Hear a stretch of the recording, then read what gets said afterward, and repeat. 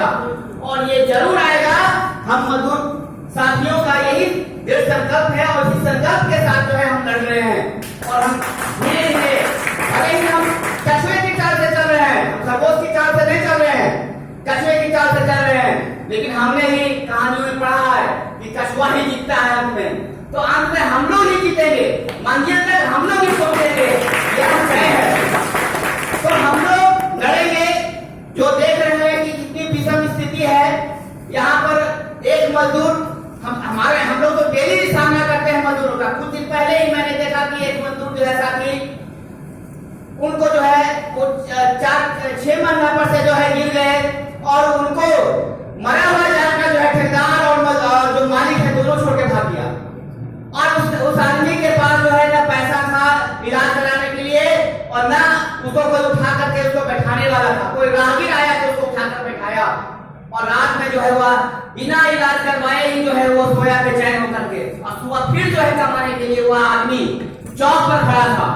और मैंने देखा तो मैंने उनका हाथ चल लिया, पूछा, तो फिर उनकी उस यूनियन की तरफ से मदद हुई, और फिर लेवल इंस्पेक्टर से मैंने बात किया और श्रम मंत्री से बात करके कुछ राहत दिलाने की बात मैंने कही। अभी कितना मिलेगा नहीं मिलेगा मैं नहीं जानता हूँ, लेकिन समझिए कि ऐसी घटनाएं, ये छोटी सी घटना है जो दिल को दहला देने वाली है, मतलब दिल को तड़पाता है, दिल को लगता है कि कैसा समाज है कि आदमी एक दिन भी उसको इलाज कराने तक के पैसे नहीं है। चौक पर आप चले जाइए, अगर आप 20 मजदूर से बात करेंगे तो एक मजदूर आपको जरूर धोखा मिल जाएगा वहां पर, जो ऐसी स्थिति होगी जो उनको खाने के लिए लाने पड़ रहे होंगे। तो जो मजदूर पर दुनिया का निर्माण कर रहा है उसकी इतनी दयनीय स्थिति क्यों हो गई है? और कहते हैं कि देश तरक्की कर रहा है। क्या टाटा बिरला अंबानी की संपत्ति अगर बढ़ रही है तो हम कहेंगे कि देश की तरक्की हो रही है? देश की तरक्की तब होगी जब हमारे और आपकी स्थिति बदलेगी, हमारे बच्चे जो है बढ़िया स्कूलों में पढ़ाई कर सकते हैं, अच्छी शिक्षा ले सकते हैं। अगर हम बीमार पड़े तो हमारा भी ठीक से इलाज हो सके, हमें लगातार जो है काम मिले। हम सब्जी की तरह जो है चौक चौराहे पर खड़े होते हैं बिकने के लिए, श्रम को बेचने के लिए। ये कोई अच्छी बात नहीं है। 2 घंटे 3 घंटे आदमी टेंशन में रहता है कि आज काम मिलेगा कि नहीं मिलेगा। दूर दूर से आते हैं, कहीं काम मिलता है कहीं नहीं मिलता है। बहुत बुरी स्थिति मजदूर वर्ग की है। लेकिन फिर भी मजदूर वर्ग की चुनौतियों में हम जब आगे अगले सेशन में चर्चा करेंगे तो बात करेंगे। लेकिन हमें इस बात को समझना चाहिए कि हमें एकजुट होना ही पड़ेगा, और हम अगर एकजुट हैं, इतने लोग हैं, इतने लोगों से काम नहीं चलेगा, बल्कि और मजदूरों की संख्या में बढ़ानी होगी। देश में जो है करोड़ों करोड़ संख्या में जो है मजदूर वर्ग है, तो उन सबको समेटना होगा।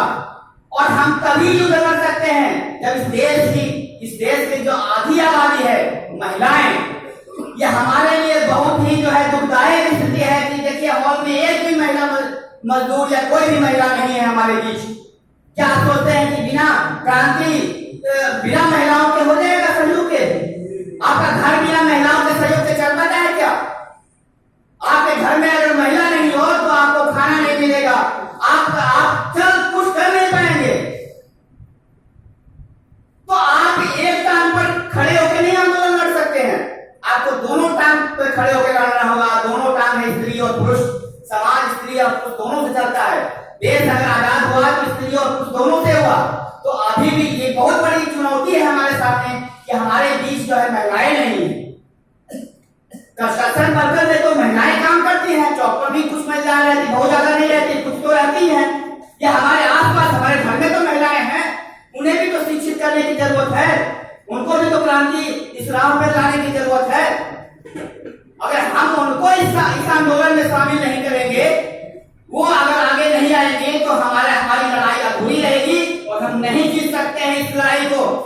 पूंजीपति वर्ग के खिलाफ अगर हमें लड़ना है तो महिला साथियों को भी शामिल करना होगा। अब बराबरी का दर्जा देना होगा। महिला साथी आपके साथ क्यों आएंगे?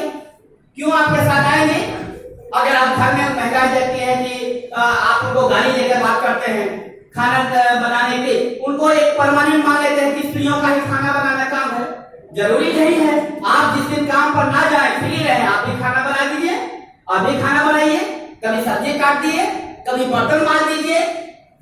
महिलाओं को आदर दीजिए, उसके साथ गाली गलौज कभी कभी बात कर लेते हैं मजदूर साथी, गाली गलौज से बात नहीं कीजिए, रिस्पेक्ट दीजिए, तब उनको लगेगा कि नहीं ये आदमी जहां जा रहा है ये अच्छा गुण सीख रहा है वहां पर, तब उनको लगेगा कि अच्छा तो आप जहां जाते हैं जरा हम लोग चलिए तो जरा हम भी देखते हैं वहां क्या क्या होता है।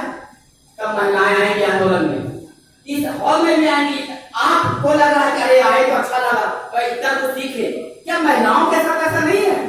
महिलाएं भी आती तो उनको भी लगता है इतना कुछ सीखने की बात हो रही है, यहाँ पर हमें इतना कुछ सीखने को मिल रहा है। तो बराबरी का अधिकार अगर आप महिलाओं को नहीं देंगे, उनके साथ इज्जत सम्मान के साथ बातचीत नहीं करेंगे, उनको बराबरी का अधिकार नहीं देंगे, तब तक कोई आंदोलन आपका सफल नहीं होगा। आप 10 मजदूर हैं और 10 मजदूर जो है सरकार को घेरे और 10 महिलाएं सरकार को घेरे, बहुत अंतर हो जाएगा। आपकी बात जो है 6 घंटे में सरकार मानेगी, लेकिन महिलाओं की बात जो है सरकार 3 घंटे में मानेगी, उसको मजबूर होकर मानना पड़ेगा। तो देश में महिलाओं को भी इस आंदोलन में लाने की जरूरत है और आज हमारे देश में महिलाओं की बहुत बुरी स्थिति है।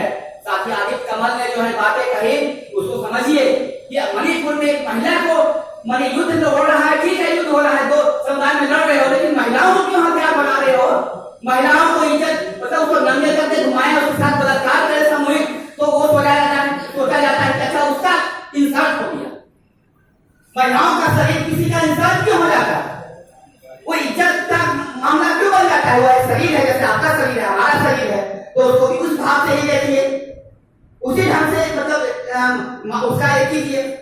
तो महिलाओं को अगर इस तरह की घटनाएं समाज में हो रही है, कि हमारे लिए बहुत ही शर्म की बात है सही में कि हम मनुष्य नहीं रहे, दानव हो गए।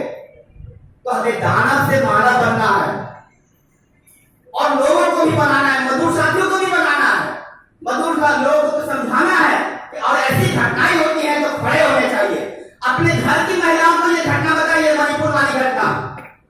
मैंने अपने मेरे यूनियन के साथी गणेश जी थे, मैंने ये जो आंदोलन जब चल रहा था तो मैं उनको लेके गया, चलिए आप साथ में, और वो गए तो उनको सीखे, उन्होंने आगे कहा कि मैंने बहुत कुछ सीखा और वास्तव में मैं पत्नी को कुछ नहीं बोलूंगा। तो एक मजदूर पर असर पड़ा, वैसे ही और महिलाएं आएंगे तो उन पर भी असर पड़ेगा।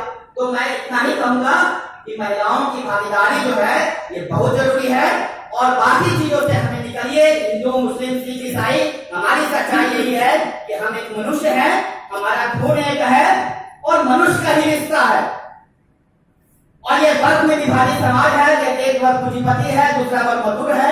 हम मजदूर वर्ग को संगठित होना है, पूंजीपति वर्ग के खिलाफ लड़ना है। ये मोटा मोटी बात जो है दिमाग में रखिए और हमें इस अगर हम लड़ेंगे, जितने मजदूर साथी हैं उन सबको हम समझाएंगे, बताएंगे। एक बार में नहीं समझेगा, 10 बार में समझेगा, 20 बार में समझेगा, लेकिन जरूर समझेगा। आज नहीं तो कल समझेगा, जब वो फंसेगा तब समझेगा, लेकिन वो समझेगा। इसलिए हमें हिंदू मुस्लिम सिख ईसाई में ना बैठ करके एकजुट होकर रहना चाहिए। तो अंत में बस इन प्रतिनिधियों के साथ मैं अपनी बात खत्म करता हूँ। राह इंदौरी की पत्नी है, तो हिंदू, मैं मुसलमान, वह सिख, वो ईसाई, या छोड़ो ये सियासत है, चलो एक से करें। इनकलाब जिंदाबाद, दुनिया के मजदूरों एक